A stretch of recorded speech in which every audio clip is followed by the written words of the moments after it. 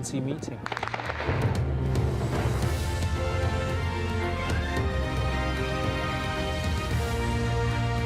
Hello and welcome to Al Jazeera live from Doha. I'm Imran Garda.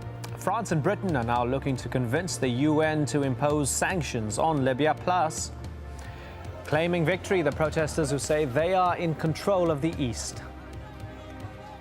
As the violence continues, so do the evacuations. Tens of thousands are heading out of the country. Also ahead, angry over the economy, the Irish begin voting and it's not looking good for the ruling party.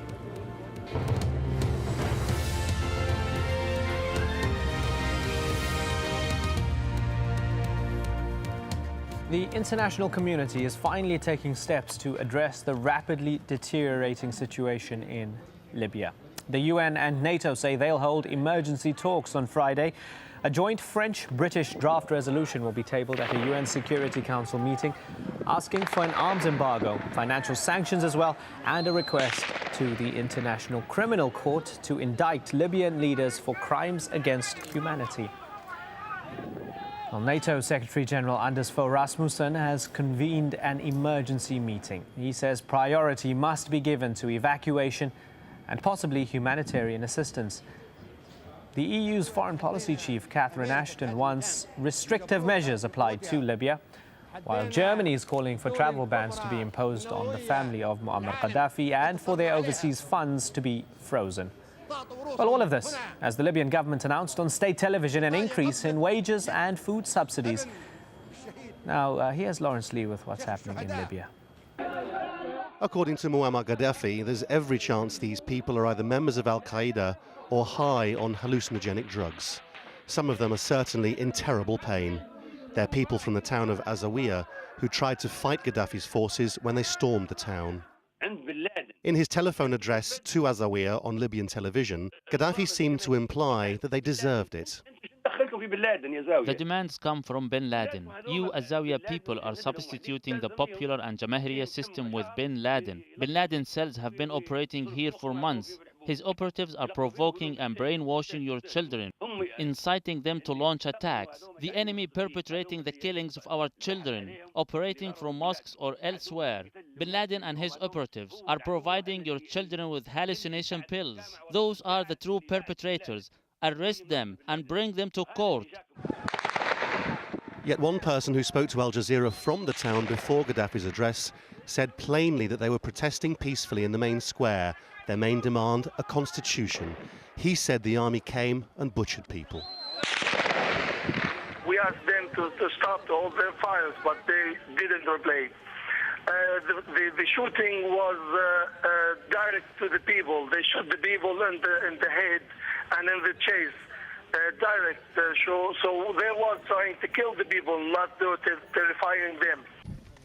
It's the kind of thing that some in the outside world are now pushing to have investigated as potentially crimes against humanity. And yet Libyan TV appears happy to keep producing pictures of either dead or half-dead protesters to try to put the fear into the opposition. If the west of Libya near Tripoli remains the most volatile, then more and more footage emerges of triumphalist scenes from Benghazi in the east, suggesting Gaddafi and his forces have lost half their country. Gaddafi keeps repeating claims of drug-taking by the protesters, yet these pictures, said to be from Benghazi airport, allege that pro-Gaddafi forces shot off hundreds of rounds while drugged and drunk on vodka.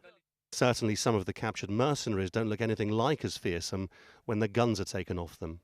My people are dying in here because Muammar Gaddafi is killing us, because we are dying, because we are fighting till we die. One of the notable aspects of the Gaddafi phone call was his observation that he didn't much care anymore what was happening in his country. All the same, he must have cause to worry that so many loyalists are deserting him. What happened and is happening are massacres and bloodshed never witnessed by the Libyan people. The logic of power and violence is being imposed instead of seeking democratic, free, and mutual dialogue. And because what is happening in Libya today is against the principles of truth and justice, which I believe in, I therefore confirm my resignation from the post of the chief prosecutor in Libya. Libya may not quite be at tipping points, but it all depends now on what happens in Tripoli. These newly released images are said to be from a suburb of the capital, and intriguingly don't show much in the way of pro-Gaddafi security.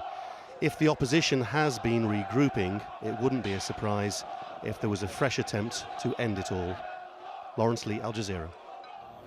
We can now join our correspondent who is in the east of Libya, who we're not naming for safety and security reasons.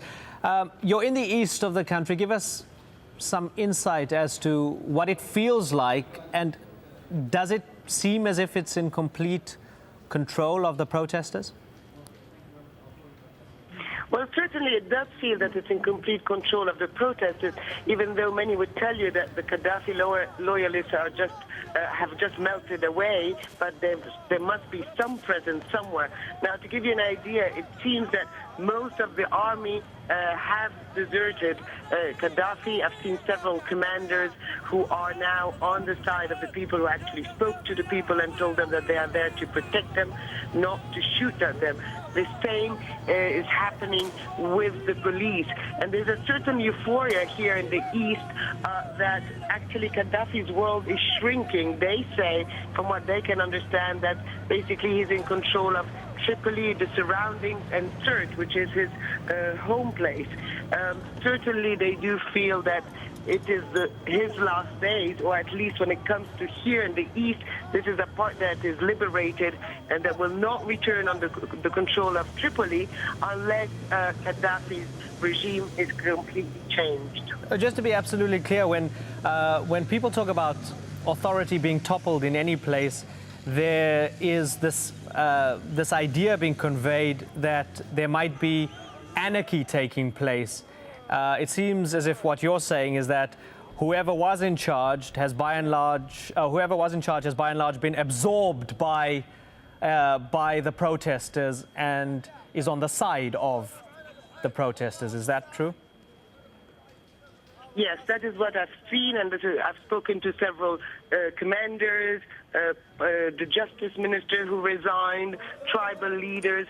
It seems that certainly here in the east there's very few officials who are on the side of Gaddafi, and if they are, they're not coming forward.